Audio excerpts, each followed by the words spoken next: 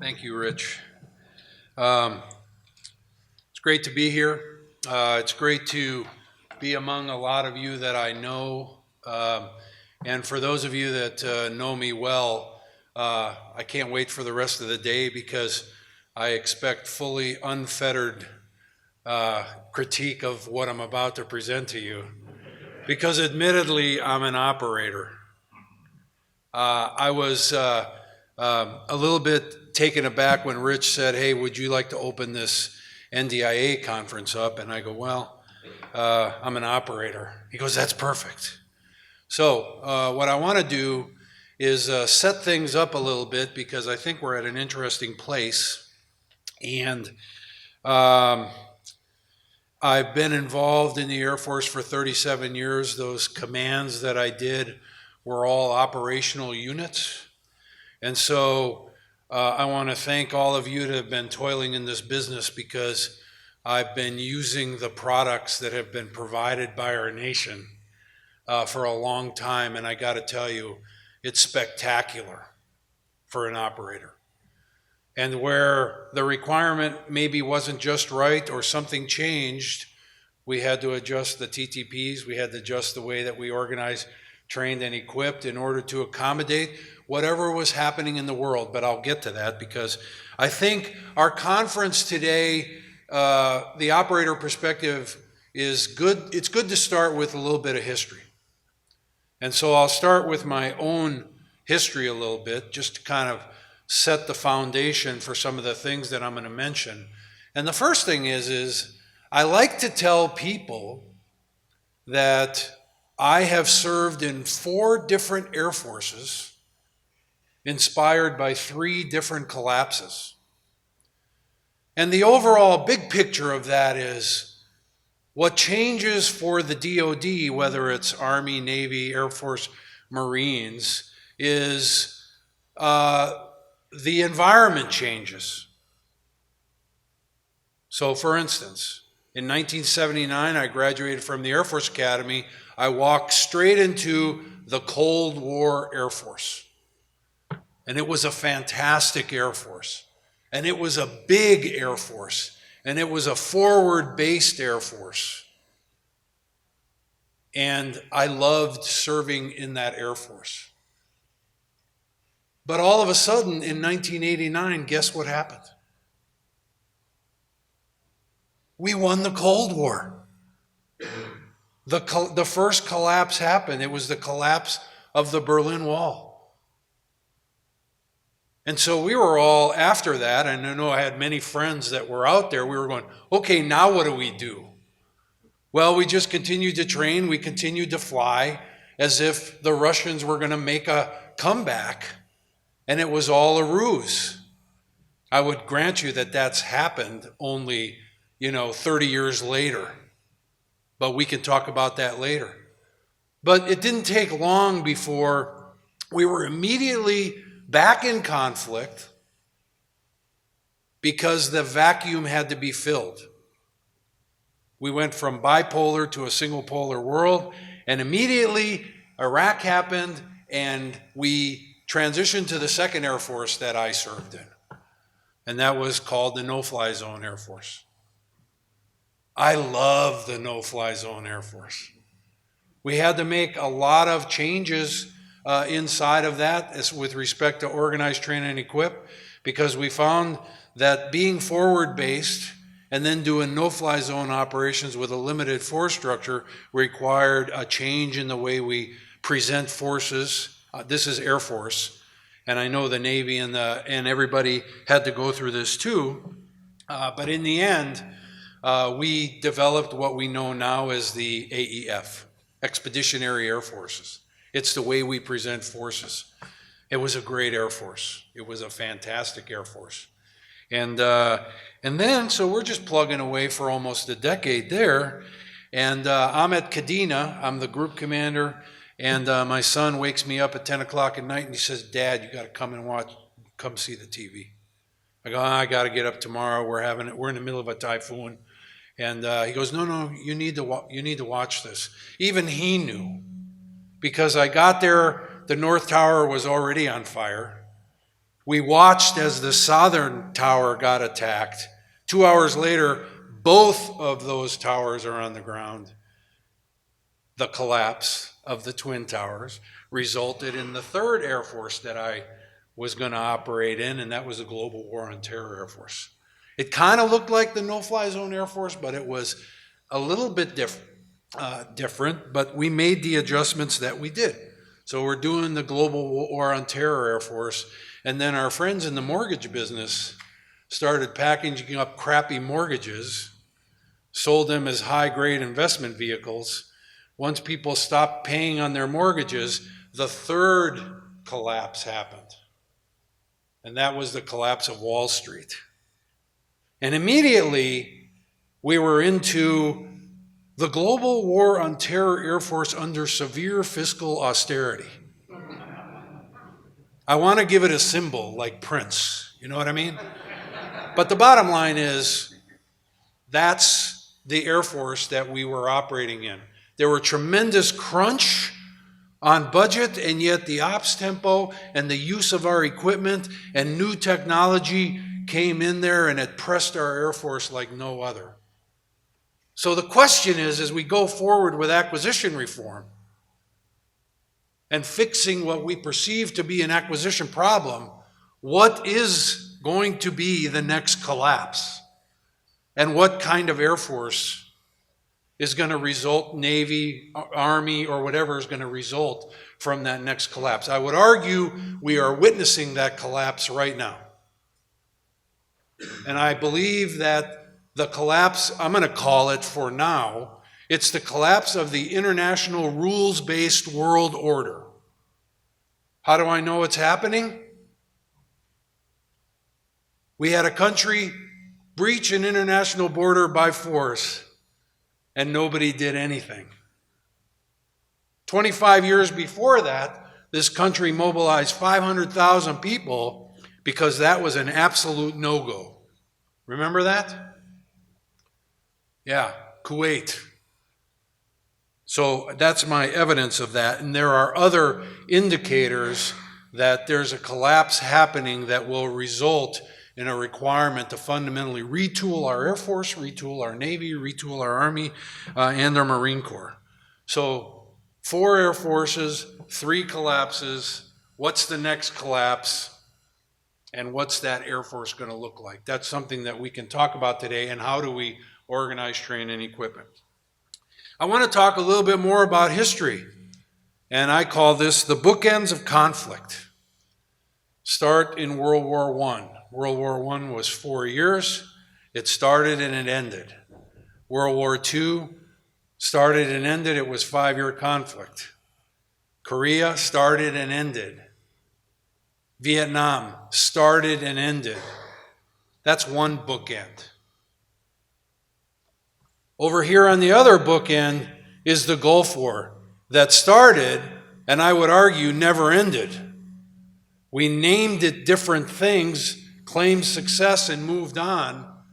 But that's why I say we are at 2 bookends, and the journey is we are going to the use of a military with the expectations that we have absolutely 0 casualties. This bookend, where wars started and ended, resulted in 130 million casualties. Think about that. The bookend on this side, using the same sources for casualties, is roughly 1 million.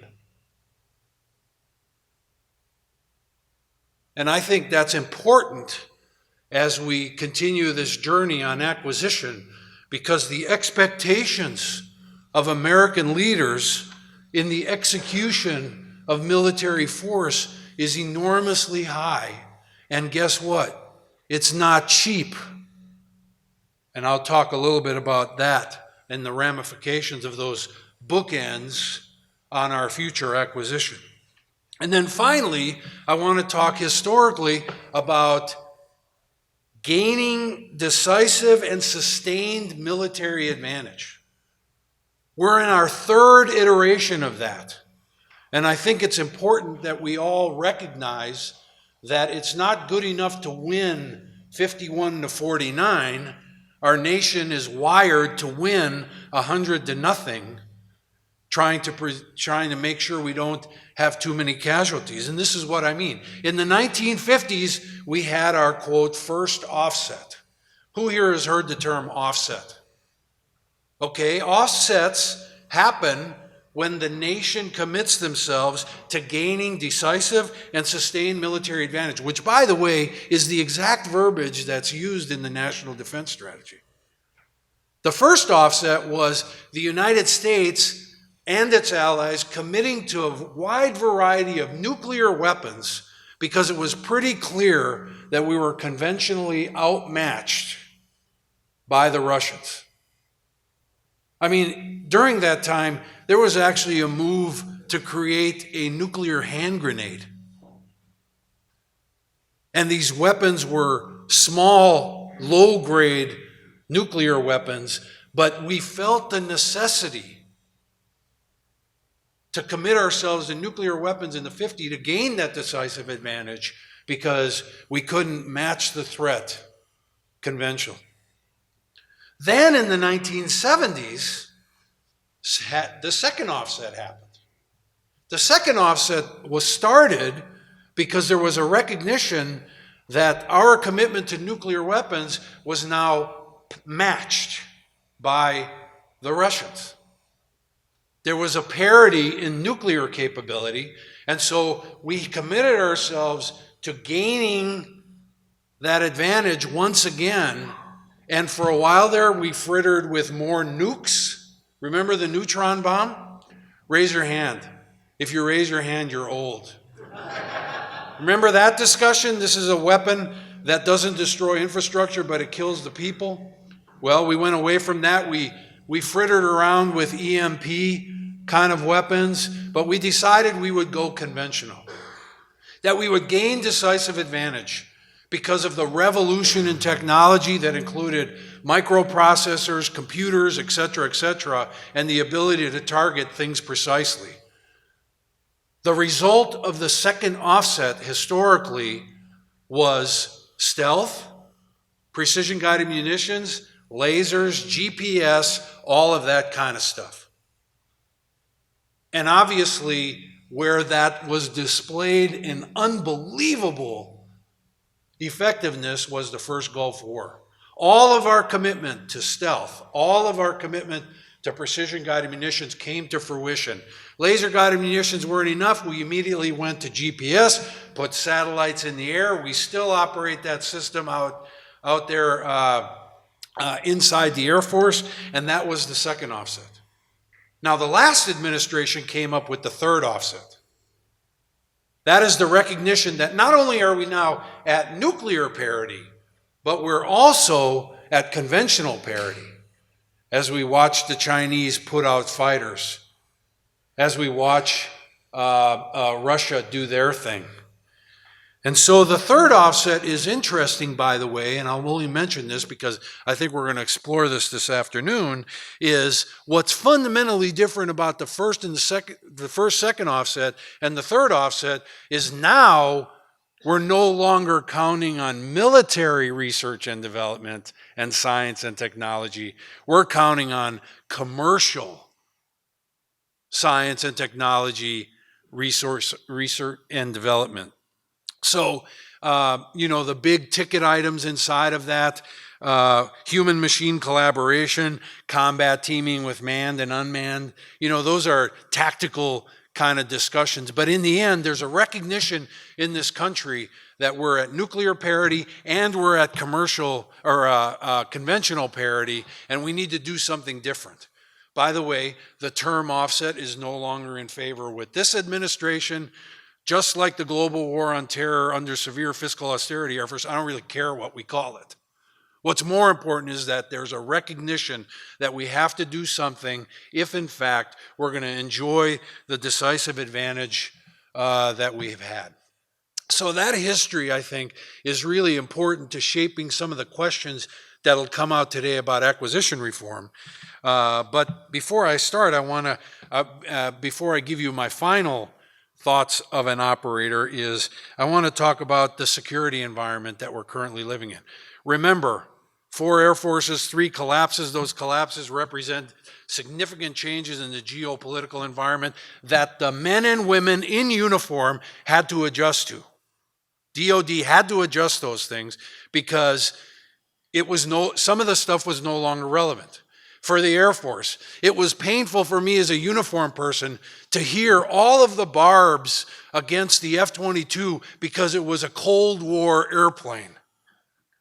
Well, yeah, when it takes 25 years to procure an airplane, I'm pretty sure you're going to start procuring it in the wrong environment.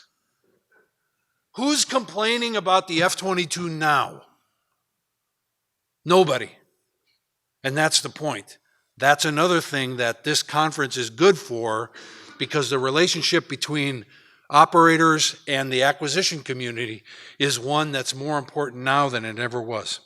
So let's talk about today's security environment, because I would argue there's nothing different today than there was in the previous past, except for one thing, and I'll highlight that in just a second. First of all, I have a list that I wrote down. Threats exist, they emerge, they evolve, they adapt, they avoid our strengths, and they attack our weaknesses. For the West, it's primarily our willingness and resolve to respond. Okay, but what's new about that? The enemy's been doing that forever. So I think that's a constant. Here's a constant. Democracies are slow to react, and therefore, they're always unprepared for the next conflict. Anybody disagree with that? It's as old as America. Cold War ends, what are we talking about? The peace dividend. Right? It's about the money. Democracies always use the same playbook. This is one of the biggest problems that we have now.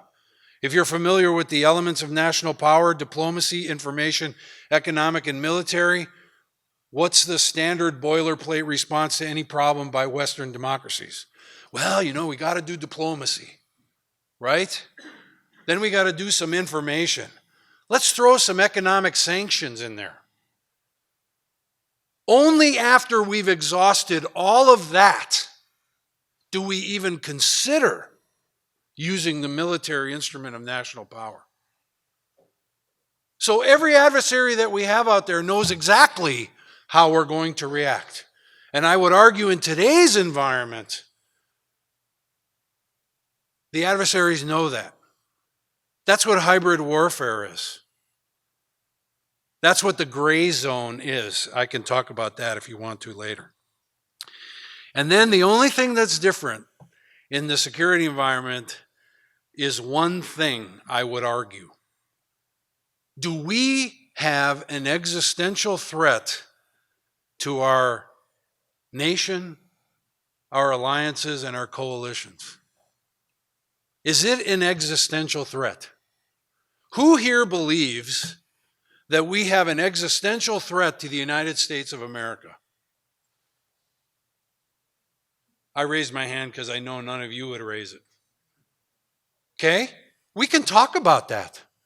Let's talk about that.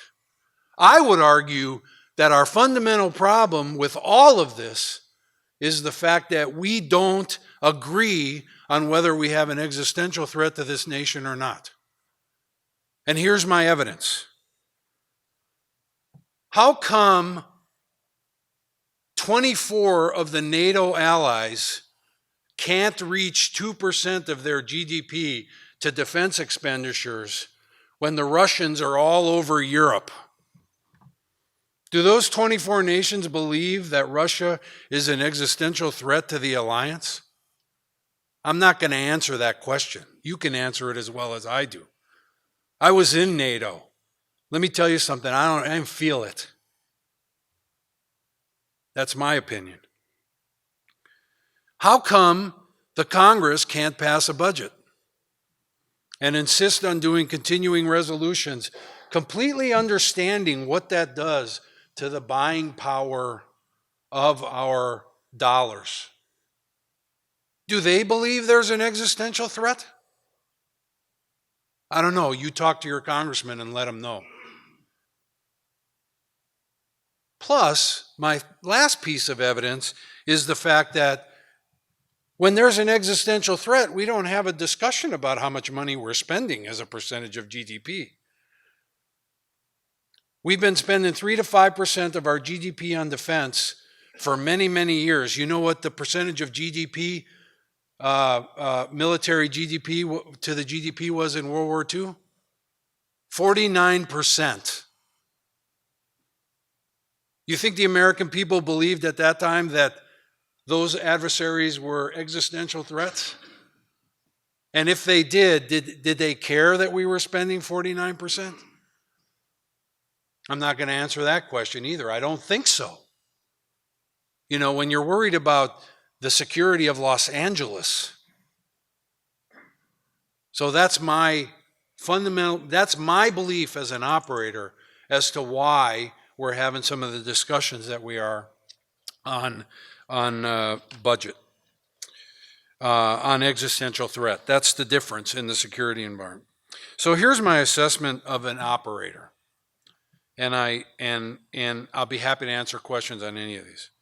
First of all, the military strength of the United States is unmatched and unbelievably impressive. As we self-deprecate on the ability of our system to acquire things, I want to make sure and offer up to the acquisition community and industry that we're very careful we don't throw out the baby with the bathwater. Because up to this point, as an operator, I can say it's been working pretty good. There's a lot of people that don't agree with that. Who in here thinks that we need acquisition reform? Okay? As an operator, I'm not that hard over on this. And I believe that there are benefits of what we have been doing. After all, we're re-engining a 50-year-old bomber because it has relevancy into the future. How does that happen?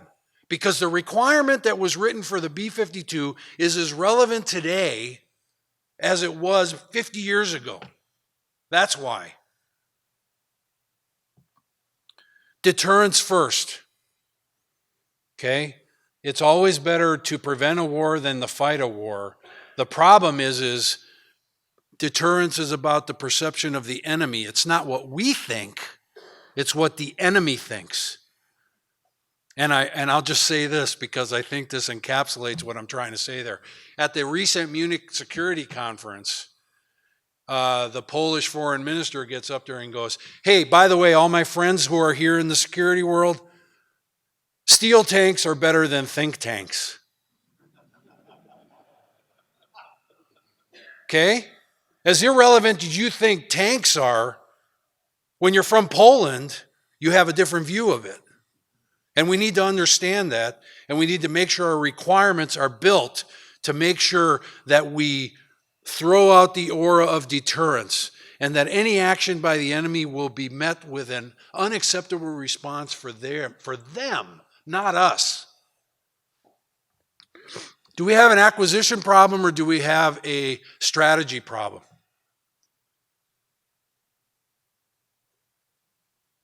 I believe that I could make the argument today that we have not had a decent end state stated and pursued since you name the conflict. By the way, it's on this side of the bookend. The technology and everything that we infuse and all the accuracy that we have has created an interesting dilemma. It's not ours to solve today. I just think we need to understand that as we move forward with acquisition reform. The bottom line is high technology promotes procurement of equipment. It creates a situation where political leadership is quicker to use military power in a very limited way, and it relieves them of the requirement to create an end state that can actually be achieved. And we can argue about that. I love your feedback on my comment. Be careful. Acquisition reform requires intellectual honesty and integrity with respect to the term requirement. I'm an operator. A requirement's a requirement. Just because we can't afford it doesn't mean it's not a requirement. So my view of it is if we can't afford it, great. I'll develop a tactic, technique, and procedure that will work around the failings of the equipment that you give me. If you want to go another direction, that's great. Go for it. But in this process, in our discussions, the bottom line is not funding a requirement is a choice. And industry and the American people and the leadership of this country need to own it if you don't want to buy it. But a requirement's a requirement. And in my view, what I've seen over my 37 years is fiddling with requirements so we don't have to step up to the bar and say we didn't fund the requirement. Acquisition is important. However, organized training and equipping is even more important. Okay, if I can't put it in there and I can't train 19 and 20-year-old people to operate it or maintain it, then it's of limited use for me. And I think we need to keep that going, especially as we discuss some of these exquisite features. For the first time in a long time, quantity is a quality all in its own. Okay? We have to not only talk about the quality of the systems, but we have to talk about the quantity that we're going to have. Just so everybody knows what we can and cannot do. Okay? How do you deter with advanced computing, big data analytics, artificial intelligence, autonomy, robotics, directed energy, hypersonics, or biotechnology? I don't know. I'll let you answer that. We're going to bludgeon the enemy with artificial intelligence. Maybe we can. But that list came from the strategy. And I'm okay with that list. And I'm okay with going after all of it. The question is, where does that technology go? What does it enhance? And how does it elevate the ability of our Air Force to provide superiority in airspace and cyber? How does it help the Navy on the sea and under the sea? How does it help the Army in the land domain? Okay? My problem with that list is if you're not in these discussions that we're going to do today, you would think that I could cut the buy, and I'll only talk about what I know, of F-35s because I'm going to put a whole bunch of money in artificial intelligence. I don't even know what that means. Do you? I go to a lot of meetings. I hear people talk about artificial intelligence, and I'm confident everybody had a different frame of reference.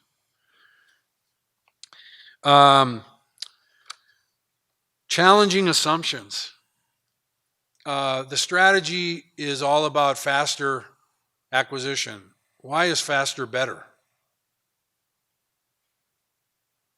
I don't know. That's what we're going to talk about today, I hope. Okay? I have a couple other things, but I think I'm going to stop here. I think you get the point. As an operator, I'm most concerned because the promise of technology is all fine. But I do think there are other things that are things that we should talk about. And I think that we should explore some of those. And the character of war is changing too. Here's an example. Google Air Power Summary, and you can have access to all of the statistics from Air Force CENTCOM. You know how many weapons we've dropped taking care of ISIS since 2014? 100,000. Is that sustainable? I don't know. I read an article just yesterday talking about the fact that our stocks are decreasing and the way that we procure some of these stocks don't allow, and actually is going to be hindered by the fact there are many subcontractors that can no longer support the business because the way that we buy weapons is too erratic. And there are some subcontractors that are walking away from developing the products that we need to do that. So anyhow, all right. Today's discussion and the connection of operators to the acquisition process, I think, is guided well by the National Defense Strategy. And I'm going to close with some key words that are coming out of the National Defense Strategy with respect to acquisition. There's two objectives with respect to acquisition. Continuously deliver performance with affordability and speed as we change departmental mindset, culture, and management systems. What a huge task that is. Think about that. Establish unmatched 21st century national security innovation base that effectively supports department operations and sustained security and solvency. That's a big couple of objectives. You mentioned the lines of effort. There's a lot written about what we want to do with acquisition reform, and the verbs are humongous. And I hope we get to some of them today. But across the board, let me give you some. We're going to prioritize, we're going to shed, we're going to adopt, we're going to change, we're going to transform, we're going to prototype and experiment prior to defining a requirement. That's in the strategy. We're going to realign incentives. We're going to enable, expand, utilize, send, provide clearer signals to industry. We're going to change industry culture, investment sources, and protection across the national security innovation base. We're going to streamline processes, and then, by the way, we want to do a BRAC. But that's nothing new. Okay? So it's chock full of things to do, and it's chock full of things that this group right here, which is a very joint group in Hampton Roads, can provide answers to or provide questions for the leadership in Washington that is going to fix all of that. It's a huge task, and it's necessary because we demand it. And then finally, I want to close with, there was a recent article in the January 27th edition of The Economist that is absolutely spectacular. I commend it to you. It's called The New Battleground.